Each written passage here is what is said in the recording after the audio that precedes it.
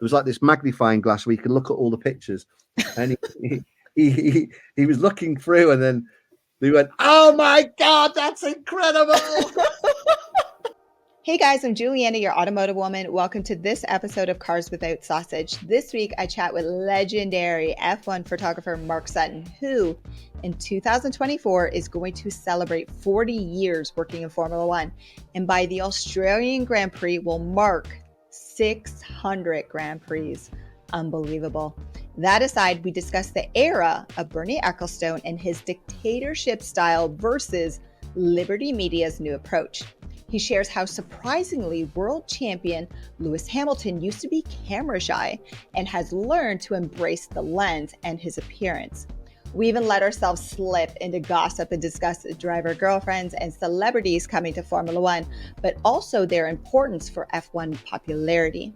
We touch on F1 photography being used for spying. He takes us behind the scenes of his most famous photography, including Mika Hakkinen flying fin photo, which propelled Mark's F1 career, and how much money you can make with a single shot. And finally, he shares his advice on how to start your F1 photography career. I hope you enjoy this episode, and thanks for watching on YouTube or listening wherever you stream your podcasts. How do you survive 40 years in Formula One? Like, I don't know. Where does that start? I guess it's the passion. It's my dad took me as a young boy to the races. My brother obviously started a few years earlier than me, but it's always been a passion in my heart to be a motorsport photographer. In the beginning, I did national racing in the UK, Le Mans for 10 years, and then got my lucky break in 92. So I did a few Grand Prix, about 35 up to 92. And then since then, I've done pretty much every race. I'm actually at my 600 Grand Prix in Australia this year. So pretty milestone. But yeah, it's about the passion. It's the love of the sport. I mean, just the whole thing about Formula One. It's not just the cars on the track. It's not just the racing. It's the girls. Yes, it's the parties. Yes, it's the backgrounds. It's the cities, the countries we go to. It's everything about it, and also even the technical side. That really interests me. What the teams are up to.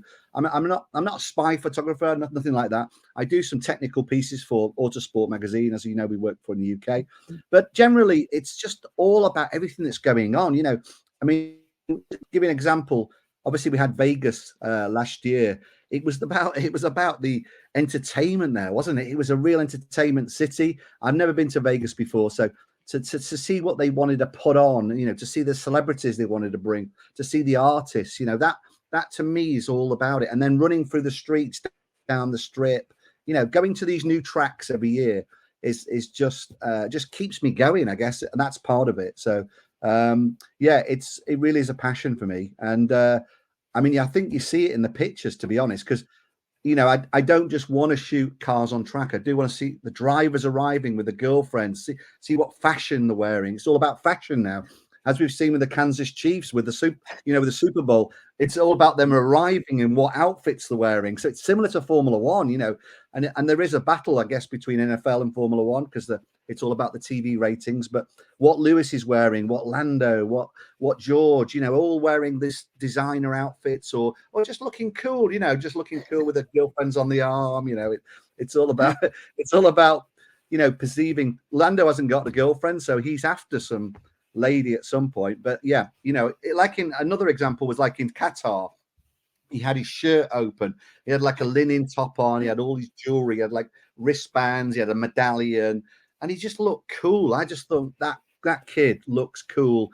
He's attracting those young ladies, you know, and that's part of the sport, isn't it? You know, Netflix and the drivers are bringing all these new fans to the sport, you know, and that really interests me as well. So yeah.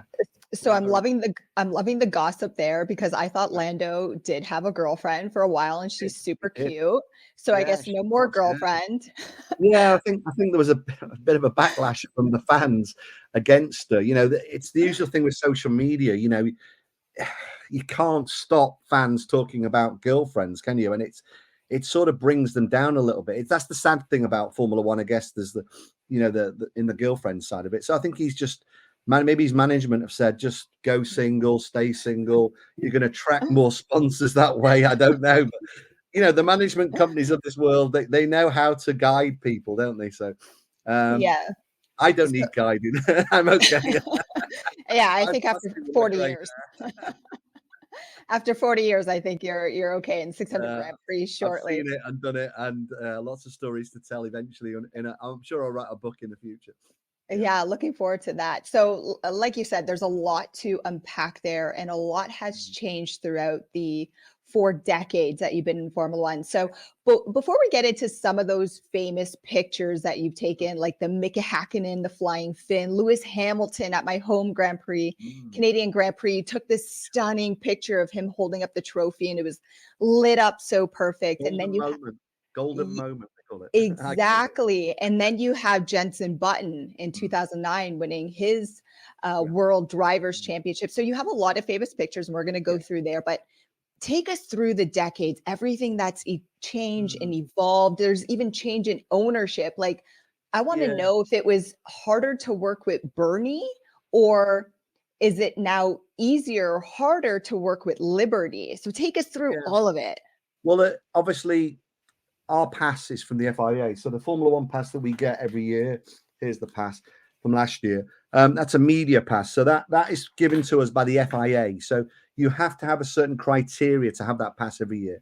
So that is given to us by the FIA. So in terms of Liberty, yes, it's changed in terms of what they're bringing to the sport. I think what they're bringing, like I said in Vegas, they're bringing to a lot of races now is celebrities. More celebrities are coming, more influencers, more people to create content for them, I guess, for free of charge in some cases. But the celebrities certainly as the ante for celebrities at certainly the bigger races like Monaco, Canada, Silverstone, Miami, obviously Austin, and Vegas. You know, those big races where certainly the American races for Liberty is the biggest race. Bernie, obviously, he was quite, I guess you would call him a bit of a dictator in the way he ran the sport, that everything that he wanted was the way it was run. Liberty being a big private company, they have board members and they're a media company. So slightly different than Bernie, completely different way of looking at it, I think. Netflix, certainly the Drive to Survive series that was brought in by Sean Bratchett he worked at ESPN and Disney. He brought that to Formula One. I knew Sean quite well, and he did a clever thing there, bringing that to Formula One, the Netflix series. Everybody thought it would never work, but I think it sort of happened at the right time as well with that big battle, the COVID era, the battle that went on with Lewis and Max, and that final race in Abu Dhabi, as we know. It was all about. It was like a film, wasn't it? That whole year was pretty much like a battle, but it was also a film going on in front of our eyes, live in most cases. So yeah, the sport's changed. You know, we think back to the Senna days. I mean, I started in '92, like I said. My first year was the Mansell year. He won 5 races in a row, won the championship in Hungary very early on, dominated that with that car, that active ride car that raised up and down as it went out the pits. And then Senna, as you know, the story goes that Prost won the next year in '93. And then Senna, all he wanted was that car. And then '94, they banned it. So he was in a situation where he got a car that was still an amazing car, but it didn't have all the tricks. So, yeah, then obviously the sport changed after Senna died. You know, safety became so much more important going into the 90s, into the 2000s. You know, we had certain drivers that came along, you know, like Michael Schumacher, Mika Hakkinen. I mean, they're all legends in their own way, but I guess the technical side of the car wasn't so important. Certainly, I think it was more about the driver's skill. You know, Montoya as well is one I always think that never won the championship. Should have probably won with the Williams. But yeah, I mean, you know, then going, you know, into the later, what you call the noughties, I guess, but with the 2000 onwards from that, we got Vettel and, you know, lots of, and then obviously Lewis just winning those 7 championships. And now it's Max. But how has things changed for you? Like for me, I grew up in the era of like Michael Schumacher, love him. Kimi Räikkönen, love him. Fernando Alonso. When Fernando Alonso finally retires, I don't know what I'm going to do with myself. He's like the guy that's just there, not for the celebrity, because he purely loves racing.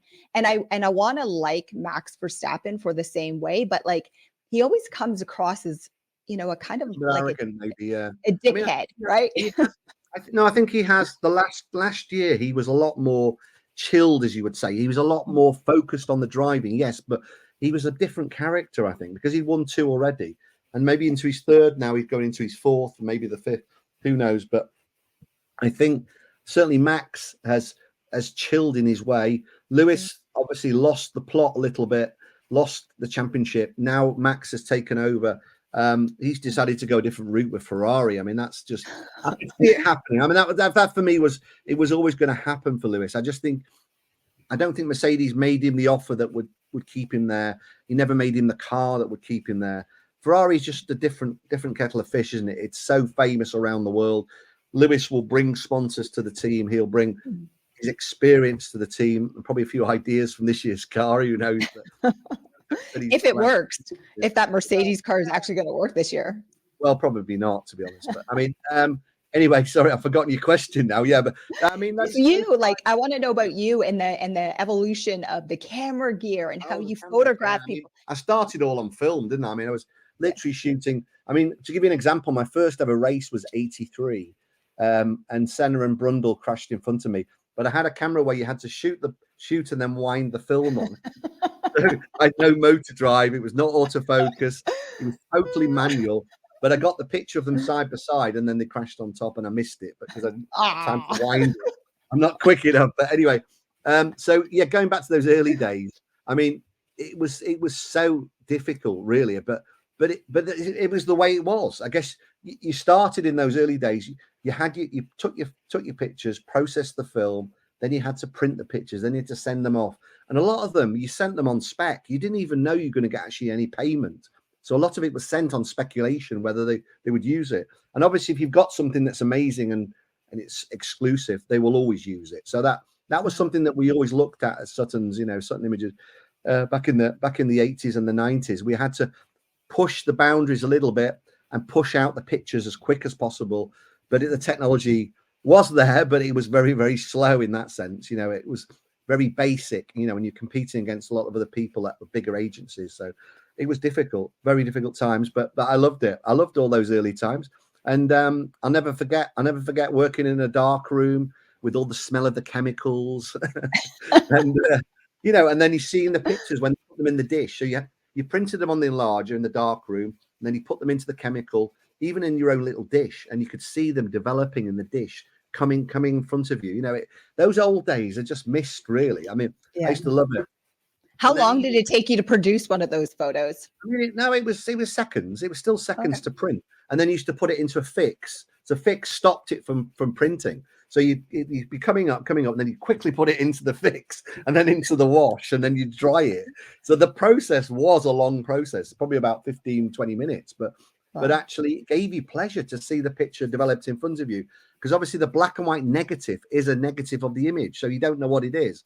Later on, you could scan them. Now you can scan all the pictures and see them, instantly when you scan the picture. So it was a very, very, I guess you basic, even back in the 80s and 90s, it was a very basic process. And then now we're on to digital. So going from film to digital was about a 4-year process, because the cameras were still not good enough quality. And that was probably around late 90s, 2000, early 2000s. And then the quality now is crazy. We transmit the pictures. We have a transmission box. So this box is similar. This box is connected to 5G, the tracks, and we send the pictures from the 5G box. We pick and send, pick, send, pick, send. So there is still a bit of a manual process because it's not sending everything, but the pictures then go into our office back in the UK. There's 3 or 4 editors waiting. The pictures are then processed by them and put online, sent to the client. So it's an easier process for us, I suppose. Me being an old guy, it needs to be easier.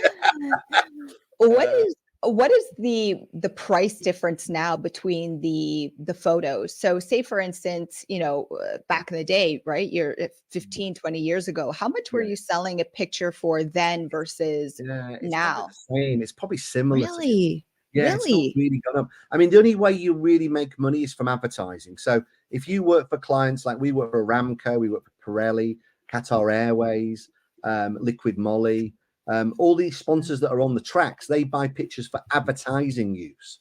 So that's where you can make the money. And sometimes they have agencies. So you can deal with the agency or you can deal directly with the client, but they can sell a picture, say, or even for like Rolex, or I've sold a picture to Rolex for like £36,000. So what picture was that? Oh, just the start shot, nothing special. But sometimes you deal with the agency and they want world rights. They want world exclusive rights. So they want to buy that picture for that exclusive rights and not have to pay each time. So if you could imagine every country, you would get money, but you would rather have a fixed fee rather than, charge per country. So sometimes the agencies will say, how much is the buyout of that picture? So that's how it works with them. But yeah, and then obviously we work for the teams, we work for some of the drivers, we work for some of the clothing brands that are involved, Alpine Stars being one, as you know. And so there's various different levels of payment, I guess, or sponsorship or magazine work is less now. I guess it's more websites or selling people to blogs or to online social media. So actually, I'll interject right there. I want to know your opinion about the social media. Like, how has that changed? Do you find it beneficial, or are you getting frustrated? Obviously, my numbers have increased from an early beginning. From zero. I was very instrumental in bringing it to Sutton's. From the beginning, not with Facebook, with Instagram, certainly Instagram and Twitter. Well, probably Twitter before Instagram, to be honest. But Twitter is more news. But obviously, you can still put your pictures on there. Instagram is all about the photos at the end of the day, and it's a great way to portray your amazing pictures from the weekend, whether it's just a single picture or put them into a little bit of a montage. Social media has become bigger and bigger. I mean, just to give you an example, I work with Audi in Asia with the R8 Championship, the LMS R8 Championship, and it was mainly Asian drivers, so from Hong Kong, China, all the various countries. But the social media, Audi could see then social media was so important, having it on Facebook, putting the videos on there and stills on there, and they had a team of people doing that before I used to go to the Audi races. I used to see so many more people there than what were even with the Formula One teams. I think Formula One teams were very late to come to the show. That was again because, like we saw before about Bernie. Bernie really didn't want any social media. He didn't want the teams doing their own videos, doing their own content. He wanted to control it all. So I think when Liberty taken over, they went, "Well, why wouldn't you stop it? It's promoting the sport. It's promoting to new audiences. It's promoting to new fans. So they just see it as a way of free promotion, really, if you think about it. So why restrict it? There has to be some rules, of course. There's always rules in everything. So I'm not allowed to shoot video, for example. I can do videos of myself away from the track or at the hotel, but I'm not really allowed to shoot anything. Certainly when the cars are going around with the noise and everything, you can't have any noise in the background. Yeah, I think when it comes to Bernie, I think what he couldn't understand how to make money off the social media, so he didn't want anybody doing it. Where it's Liberty's like, this is fantastic. It is very much free media, right? Free advertising. And welcome to my podcast, Cars Without Sausage. If you enjoy automotive motorsport content unfiltered, consider subscribing to my YouTube channel, becoming a member, and joining my community. Thanks for listening. Now back to the podcast. Take me through your most famous or your favorite photographs, and beginning with the Mika Hakkinen. Like I said, I started in 92 doing all the races, and that was the Mansell year. And then 1993 was my second year.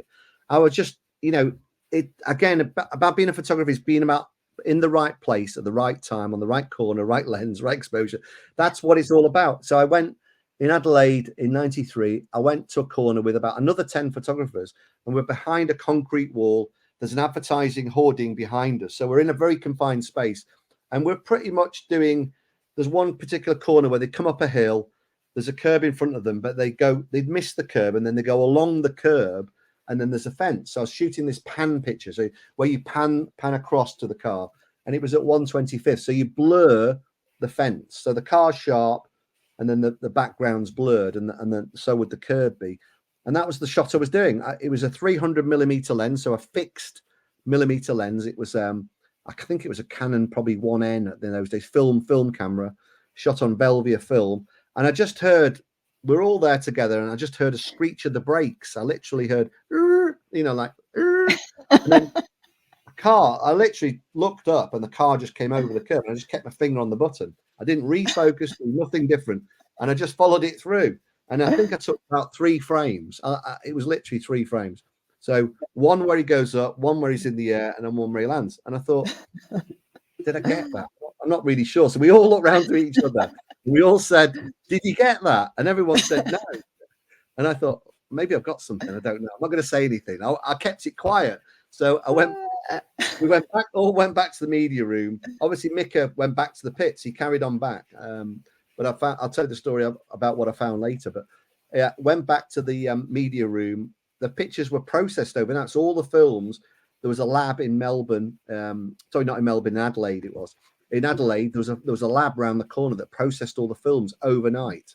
So we'd get them back the next morning. So the next morning, we're going through my brother's going through the light box, and we've got this transparent light that lights up so we can see the pictures. And then we had this thing called a glass. I haven't got one anymore, but there was like this magnifying glass where you can look at all the pictures. And he was looking through, and then he went, "Oh my God, that's incredible!" And he went completely mental. And then all the photographers came over and have a look, and it was an incredible picture. I mean, I saw him do it, but I never saw the picture. I can't remember, but anyway, he said that's just one of the best pictures I've ever seen. And then he cut that one frame out, and then the lab that had just delivered all the pictures was still there. So he said to them, "This is such an incredible picture. Can you do us some prints?" And they said, "Yeah, we can do. How many do you want?" I said, "We'll have 3. One for me, one for Mika, and then you can have one." So the lab actually got a print. But anyway, that's another story. Anyway, so the prints go off, and then said, "Could we have 50 duplicates?" So what you used to do in the old days, so if you had one frame that was an incredible frame, you duplicate it. So it's never the same quality as the original, but it's a great copy. And then you could send that to 50 clients. So the idea is we got the 50 pictures back. The next came back in about 2 hours, and then the print was there. And I thought, unbelievable. When you see the print and see it bigger, it's just incredible. So I thought, I'm gonna have to go and see Mika and get to see this picture. So I went over. So what happened? Yeah, I went over to the paddock, I found Mika, and said, "I think you probably want to see this." And he just thought he went over the curb. You know, like if you go over a curb at home, he just thought he went over the curb, but actually, and the TV never got it either. That's the other thing. The TV never captured it. So the picture is probably a one picture in a lifetime. And he said, "Oh, that is just an incredible picture." I said, Mika, will you sign it for me?" And he said, "Yeah, I'll sign it. I'm now called the Flying Fin, I guess." I said, yeah, I think you are. And he signed it, the Flying Fin, Mika Hakkinen 93. And actually, I do have it here. I have the original one from 93. I try not to get the reflection. That's the one he signed, 93. So the Flying Fin, Mika Hakkinen. I've still got it. After all these years, it was 30 years last year. And then I said, what happened? And then all the engineers, that was the next thing. All the engineers came over, all the team came over. Oh, it's incredible. I think they ordered I got getting these orders. They said, I want one. And I was like 200 orders for that print. It was incredible. And how much money did you make? It's the most sold picture in the archive. And I'll tell you the reason why in a minute, because we sold it to all the sponsors. But Mika then said, the engineer said, "Oh, we wondered why there was a blip. There was a blip on the telemetry and we couldn't understand what it was." There's the reason. He was flying. So that's the story. And then, so 25 years later, I met Mika in Japan, and we did this big thing about 25 years of the picture. And he said, "Well, do you know, Mark, what happened afterwards?" I said, "No." So when I landed on the ground, it damaged the front wing, and I struggled to get back to the pits. I had to go really, really slow, and it was hanging off. And I heard it broke the suspension as well. So later on, the story became a different story. But I mean, Mika and I are great friends. I've known him since 1988. Anyway, I knew him really well from again, like I was saying about the junior formulas. I knew him from Vauxhall Lotus, Formula 3, and then he went to obviously to McLaren as a junior driver. But he was always quick in Formula 3. Great character. The Finns always are great character. But yeah, the reason why it's a very sold picture. I'm not sure if we can show why, but it's got a cigarette brand on it, which we won't mention. But I sold it to Shell, I sold it to Goodyear, I sold it to Ford. I think we sold it to pretty much every brand on that car. And that's, as I said before, that's how you make your money, because then they can then use that picture for advertising. And that's where and also there was a great story. The next year was the first year of Rothmans in Formula One, another cigarette brand. They came in with Williams, as you know, with Ayrton Senna and Damon Hill. And their pitch to all the agencies and photographers, capture that photo. How can you capture that again? You can't. Wow, everybody was trying to copy you. Try and capture that again. I thought that was really funny to see it in a pitch from the agency to the photographers. Capture that photo. Yeah, make a load of money. So you're right, it can make a load of money, and it's still, I put it on Instagram at the 30 years to the date. It was the 7th of November 1993, and I put it on last year, and it got 65,000 likes on Instagram. Wow. So it shows you the difference. So probably that 10 years before that would have probably got like 2,000 or 3,000, but the people are so much interested more in the sport and the history.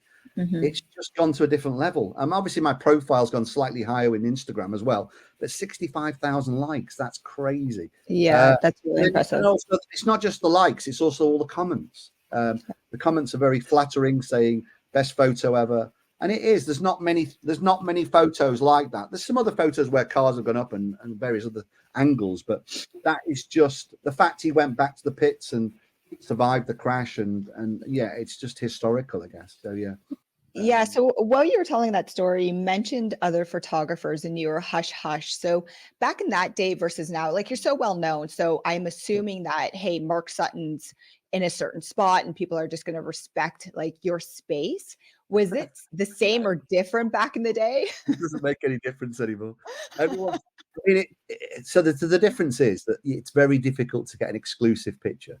I mean, we're all looking for that moment where we're there and we're the only people there, but it rarely happens. I mean, one example last year, I think a couple of other people got it, but I happened to be in Monaco, heard something bang into the wall, didn't know what it was.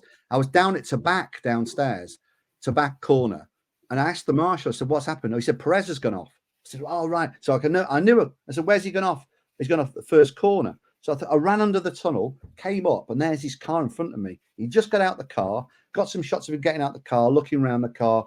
He went into the medical car, and I thought, oh, this is going to be heaven in front of me.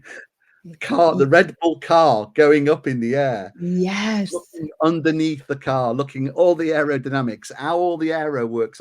Yes, the car was damaged, but you could see the basics of how the airflow goes under that car.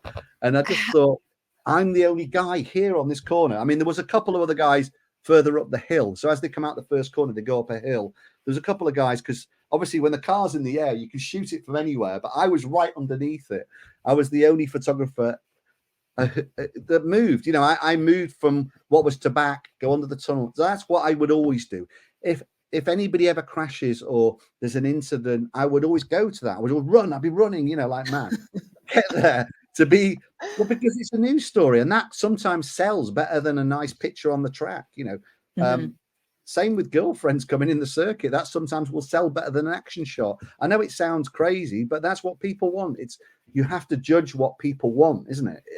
I think that it's changed the whole social media side of it. It's changed the sport, certainly in photography side. So in this case, it was a more of a technical picture, which Adrian Newey and Christian Horner will hate to see everywhere. But I don't work for Red Bull, and other teams will have seen it for sure. And so tell me about that. Like, did anybody come over to you and say, don't publish that, we don't want to see it on websites? No, it was already gone. Okay. But after the fact, when people saw it published, the picture immediately. So yeah, it goes back to the site. Then it's down to the editors if they want to put it online. It's down to my boss. I'm not the boss of the company, so it's his decision whether it goes online. But it's Red Bull. We don't work for Red Bull. I mean, if it was a team that we maybe work for, we probably wouldn't put it online. I don't know, but that's their decision. But in this case, we don't work for Red Bull, So the other teams want to see it. The media, everyone wants to see it. Everyone wants to see what that airflow was like on that car and make an idea of why they're so quick on the track at the end of the day. And if it's helped them, if my picture has helped bring the championship closer, all good, isn't it? I don't know. Yeah, well said. Ferrari, or whether it brings Fernando, or whether it brings anybody to the front. We want battles. We want races. We want incidents. We want incredible races where people are overtaking all the time and creating moments that will keep Formula One going for a long time. So that picture could have done that. You just don't know, but it gives people an insight into the sport a little bit more. Most people that are watching on TV probably don't care, but there will certainly be maybe new people who say, "Oh God, that aero is incredible under there." If I ever get, some Ferraris have that sort of similar aero underneath the car to keep that supercar down on the track. Bugatti and all those big supercars around the world have those sort of things around the track. Oh, thank you, John. Thank you. So I've just got a coffee delivered. So yes, carry on. So, it's an incredible sport when you think about it that way, and when pictures can influence whether it's championships or situations, it's incredible just to take a picture like that and then be renowned or to know that you've had that picture taken. But I mean, obviously that's a technical picture, and Red Bull hate me for the rest of my life. I was going to say note to Red Bull, like get you under advisement or a consultant or under their photography. I mean, look, there's photographers out there that are technical spy photographers, as you call them. I mean, there is. I mean, I wouldn't call it espionage, but it is.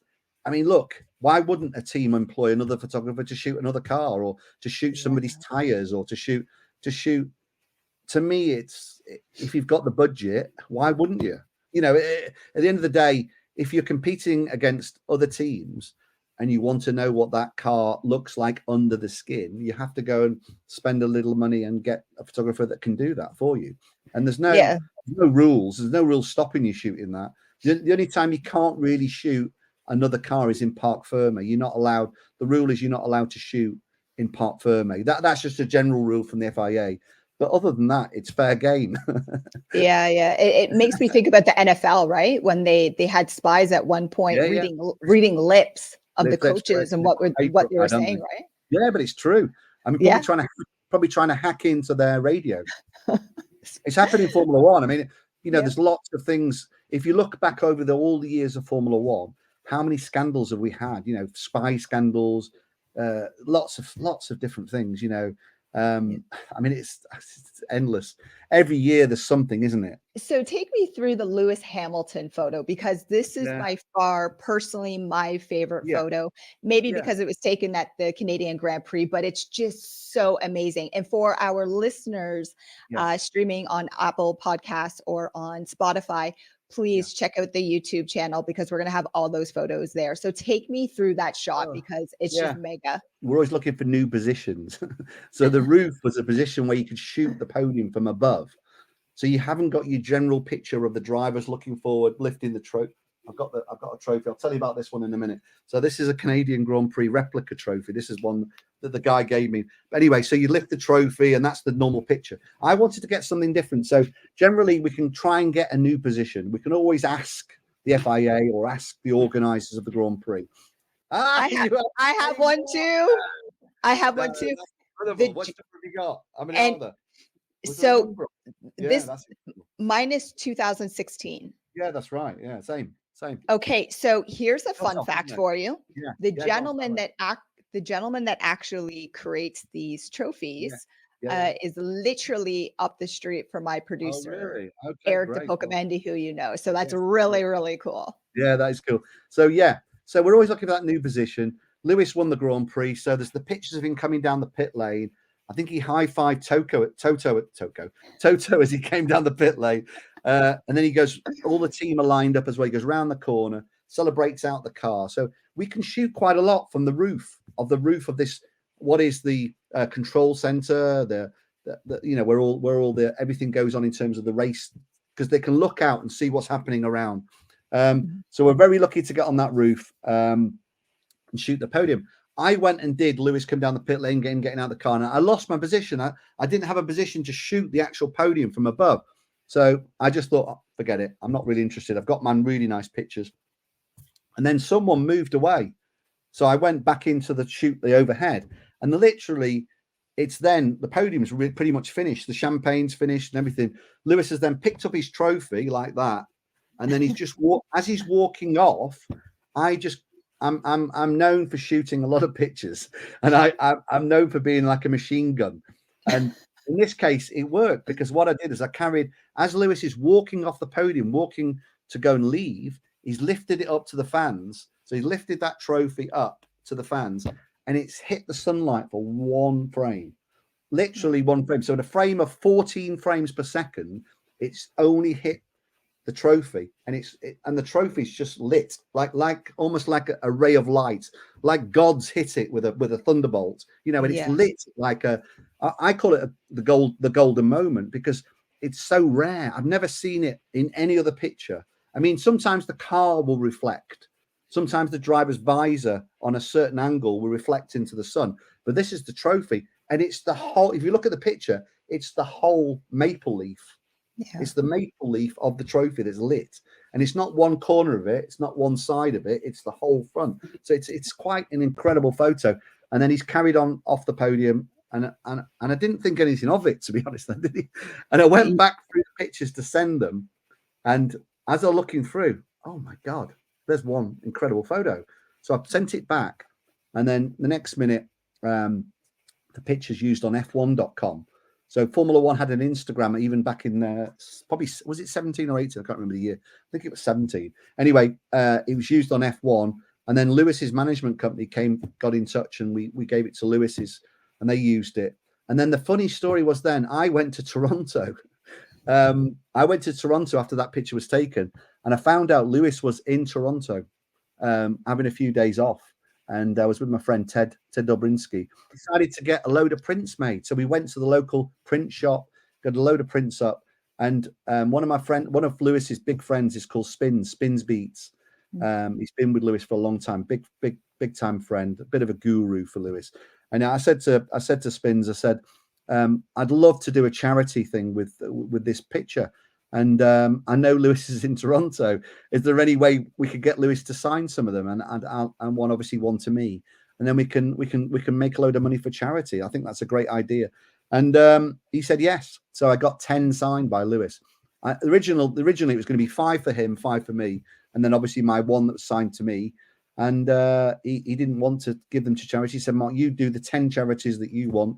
Cancer, children's charities, whatever you want to do, and that's what I did. So I numbered them all 1 to 10, and so to follow on the picture, it was great to do something back to the sport and back to charities really as well. So dementia, cancer, loads of different charities, lots of charities in the UK as well. So yeah, and I did an event at Abu Dhabi after that race, and we raised a load of money there. Someone bought the picture in a charity auction. So it just carried on. So it was great. It was great to do that. But it's about capturing that one magical moment, isn't it? So the flying fin, and many other pictures I've done, but flying fin in particular, because it sort of put me on the map, that one, because 93, second year in Formula One, and this one with Lewis, because it was used on Formula One Instagram and Lewis's Instagram, and then the charity thing to do afterwards was, and I posted it the other day, and it's still seen by people to be an incredible picture, and it is, but it's a one-off picture, and I'd love to see somebody else try it and try and take it, because he can't. Yeah. It looks like it's photoshopped. It's so perfect. It does. A lot of people said that originally, and yes, I forgot the gentleman's name, but he did contact me, and I allowed him to use it on his Instagram and social media, and he's kindly sent me which is the map of the circuit, which is an incredible little gift to have. And but yeah, just yeah, and those sort of moments rarely happen, but it's because I kept shooting. Nobody else got it, because I don't think they kept shooting. But yeah. Sometimes it just comes down to dumb luck, right? It just comes. Look, you make your luck, don't you? You make your luck in life, and that's one of them for sure. Yeah. So one final question with in relation to Lewis. Do you find as though with Lewis, he's searching for your lens as opposed to you have to chase him now, especially now with all the fashion and the celebrity, and Formula One is like mega in America. Do you find like he's one of the easier guys where it's like another driver like a Max would be more difficult to shoot? Well, Max just comes in with his Red Bull top on. He doesn't come in with Kelly. He never comes in with Kelly PK, as you know, is his girlfriend. Yeah. Mm-hmm. He never comes in with Kelly ever.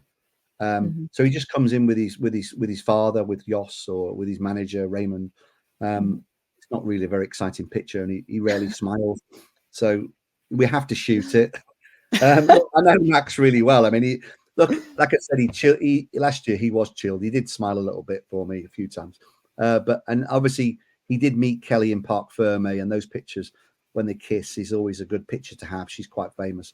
And she's a good friend as well. I've known her since she was really young, because obviously her father came to the tracks, and I know her brother. Nelson Piquet Jr.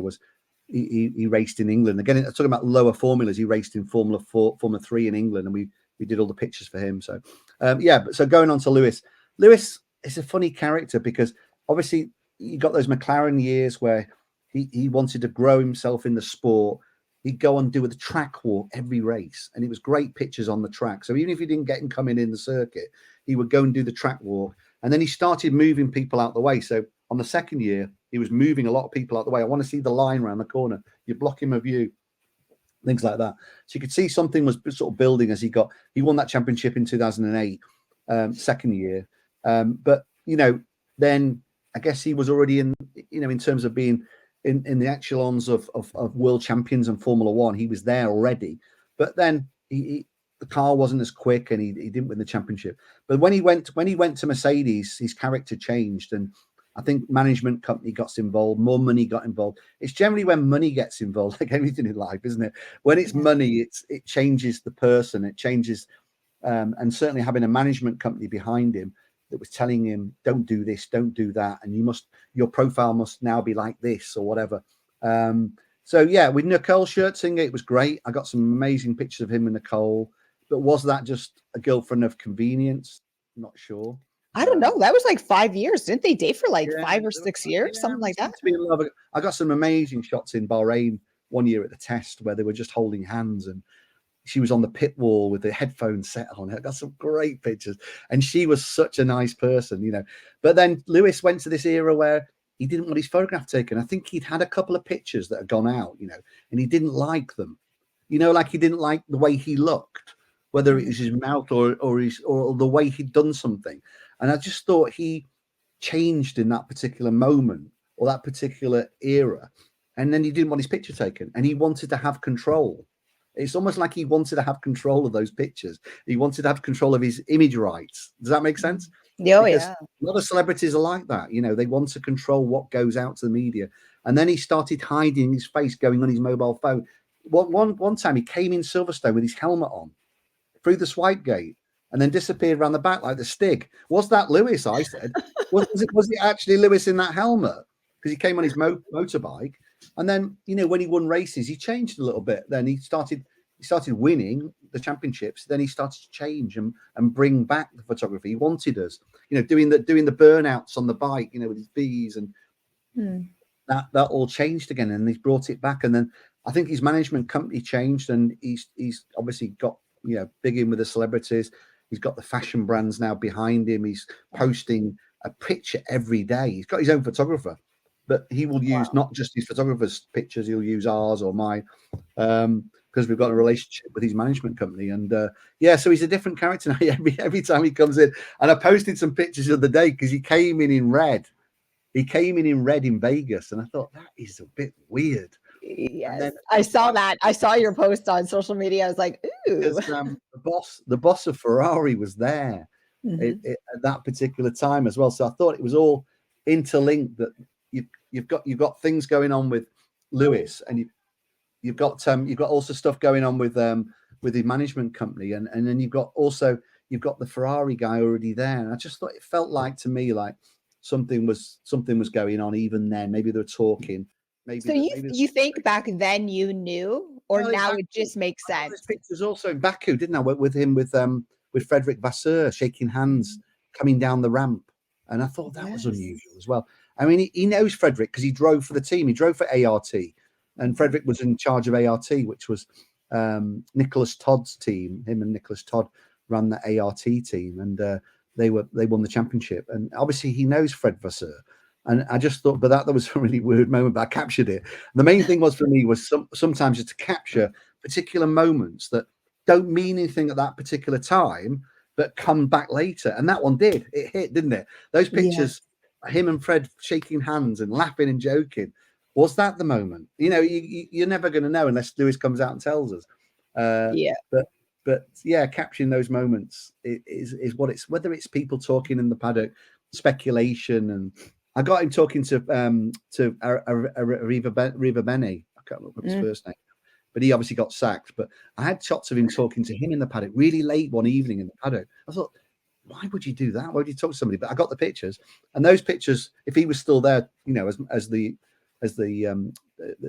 boss team of Ferrari, it would be the story. But having the Fred Vasseur pictures were great, you know, and that's what counted for me. And moving on to Jenson Button, nice guy. I knew him from karting. Yeah, I mean, he's a legend, isn't he? I mean, obviously we supported him in Formula Ford. He was just amazing. So what happened with Formula Ford was that Harold Heisman, a guy who ran in the early 80s. We worked with Harold a lot in the 80s. He was a Norwegian driver.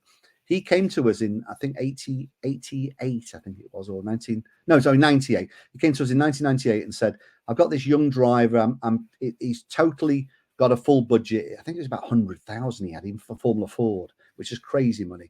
Anyway, he said, so we've got no sponsors on the car. We'd love you to do a similar thing that you did with Senna, where you send out a press release to all the Formula One teams. And we said, well, who is he? He said, well, he's British karting champion, but he didn't really do well in the Worlds, but he's a talent of the future. So we just took a punt, really, and we had the whole Sutton name on the car. So it's Sutton was over the whole car. And then the next race he won. So it was similar to what my brother met Senna, didn't know who Senna was, really. He came fifth in that first race.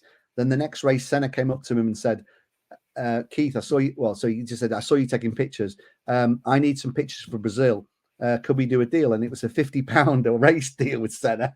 But then later, that race he won. So it's a similar thing with Button. He then went and won that race, but in the difference is that we weren't getting paid, but it didn't matter because we're pushing out pictures of him winning to every Formula One team, every media outlet around the world, because it's then become huge, you know, media and social media, not social media at that particular point, but certainly websites and magazines were massive still in the late 90s.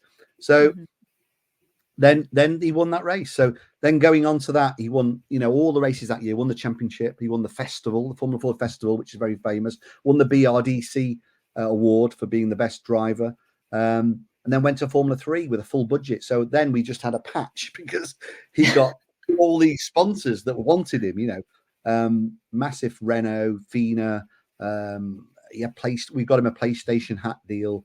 He had full budget, but he only came third in the championship. It was won by Mark Hines, believe it or not. But Jenson came third, won a few races.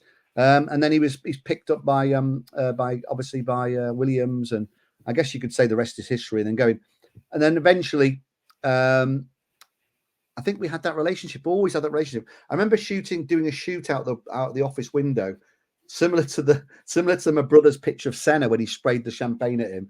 And I just thought, you know, you've got that relationship, you can do anything you want with a driver in those days.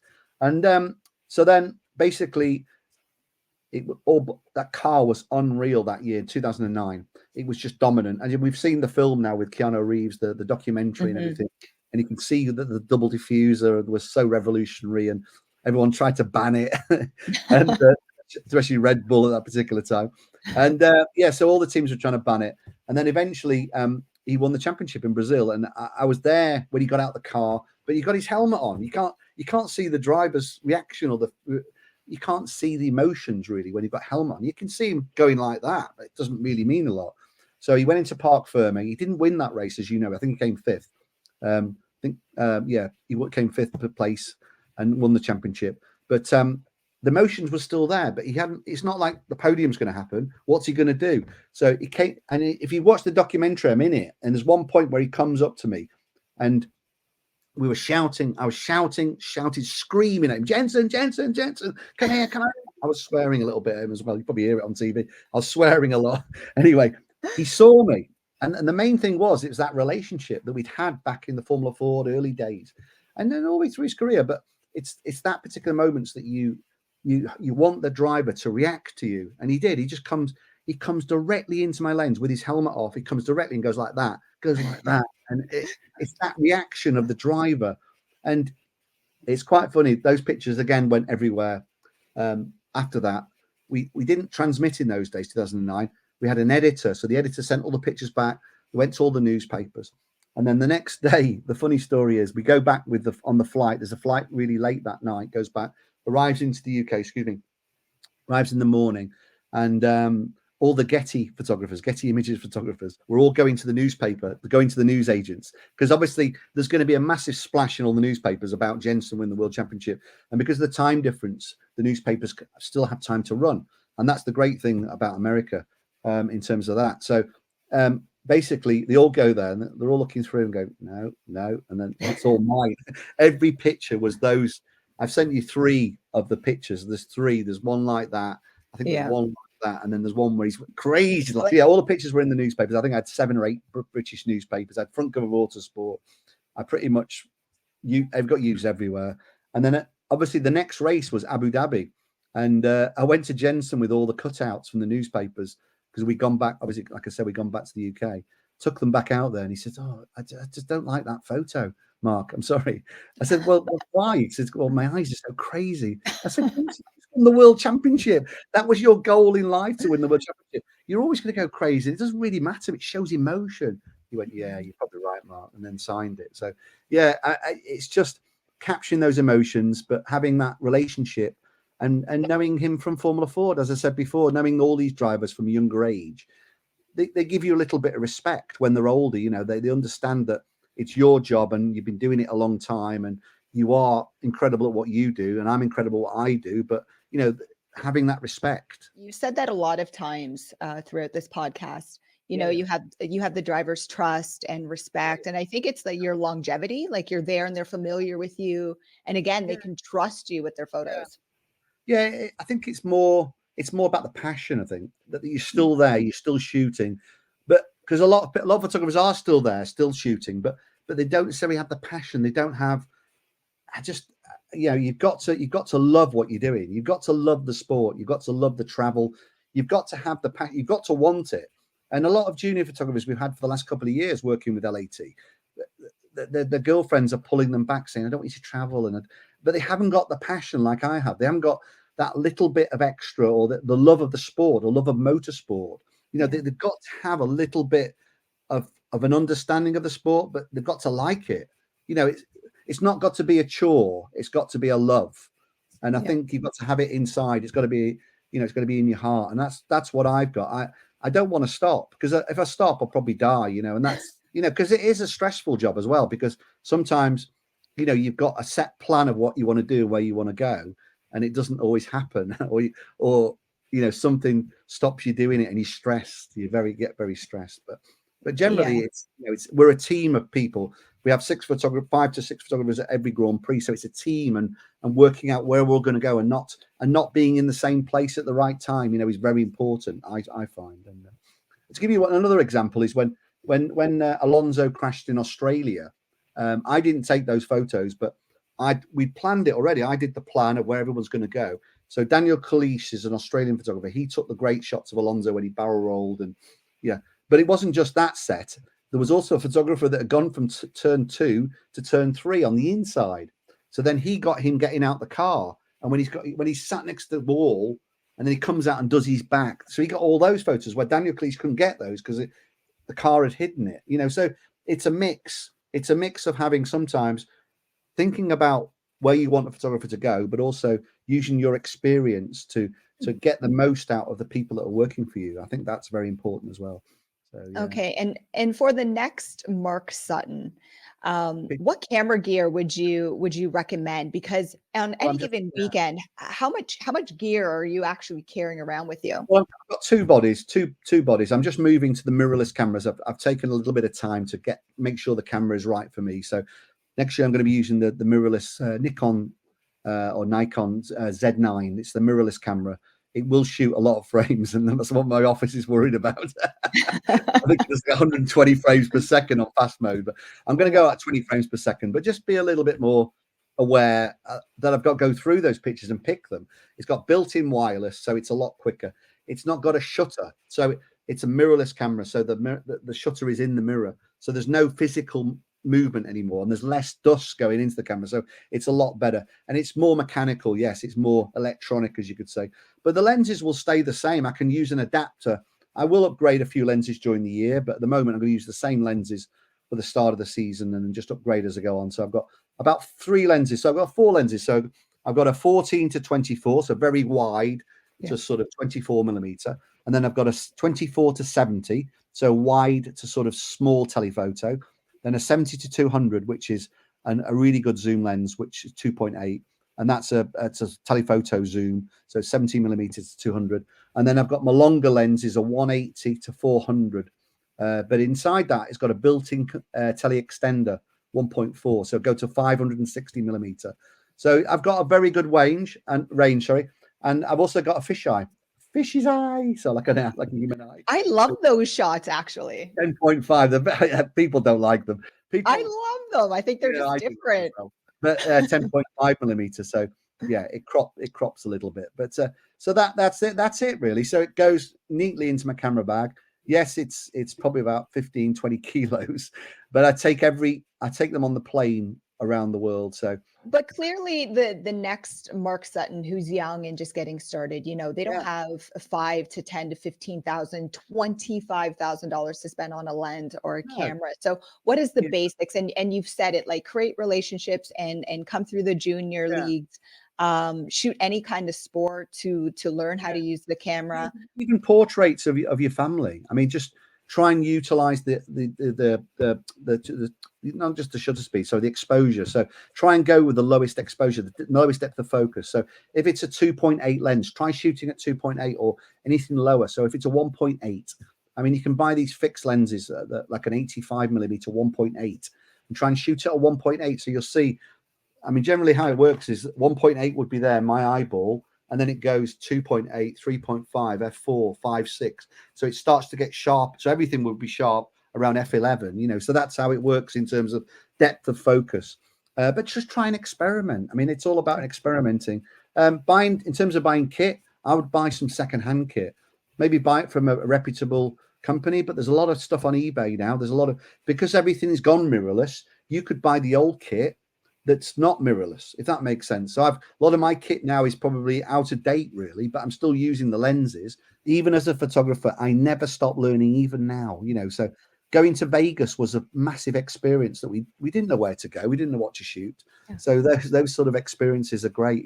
Some people took some great pictures, and we'll try and repeat those ones that we didn't take. What is next for Mark Sutton? Like I said, I'm at 600 in Melbourne, and I'll celebrate there with a few drinks and just look forward to getting to 700. You're going to keep going. 5 years. It'll only take me 5 years now to get to 600. So because there's so many races, isn't there? There's 24 races a year. So it's going to be easier. It is easier. I mean, and you think about in those early days, there was only like 8 or 10 Grand Prix in the 60s, and then it went up eventually to sort of 12, 15, 16. That was pretty much the 90s and 2000. But then obviously Bernie got all these offers from different countries in the Middle East, and certainly different countries around the world, China and Korea and India and all these other Grand Prix that came in on the calendar. And it's been great to go to these different countries. I went to the Taj Mahal in India because I went to the Grand Prix, So lots of things I've done in life is not always about the photography as well. It's about having experiences and enjoying when you're out there, enjoying the country and the life. I didn't see much of Vegas, I must admit. Yeah, I stayed away from Las Vegas year one, just simply because I knew it was going to be chaos behind the scenes. I was like, usually year 2, year 3 gets better. I felt the same about the Miami Grand Prix. Year 2 definitely got better. Absolutely. Okay, so moving forward, Mark, how can my listeners find you? I work for Motorsport Network, so their website is motorsportimages.com.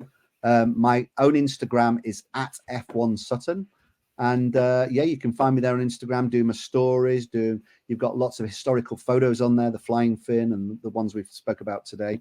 Thank you so much for coming on the podcast. You're amazing. I look forward to seeing you in the paddock. And again, it is that knowledge, and you're always so open and forthcoming. And I love how you make me a part of your stories. So thank you so much. My pleasure. Thanks very much. Take care. Bye-bye. Bye. Hey guys, thanks for taking the time to listen to this episode of Cars Without Sausage, hosted by me, Juliana, your automotive woman. If you enjoy automotive and motorsport content unfiltered, consider subscribing on YouTube or following me wherever you listen to your podcasts. Cars Without Sausage. No ego, no dickheads, just a passion for cars.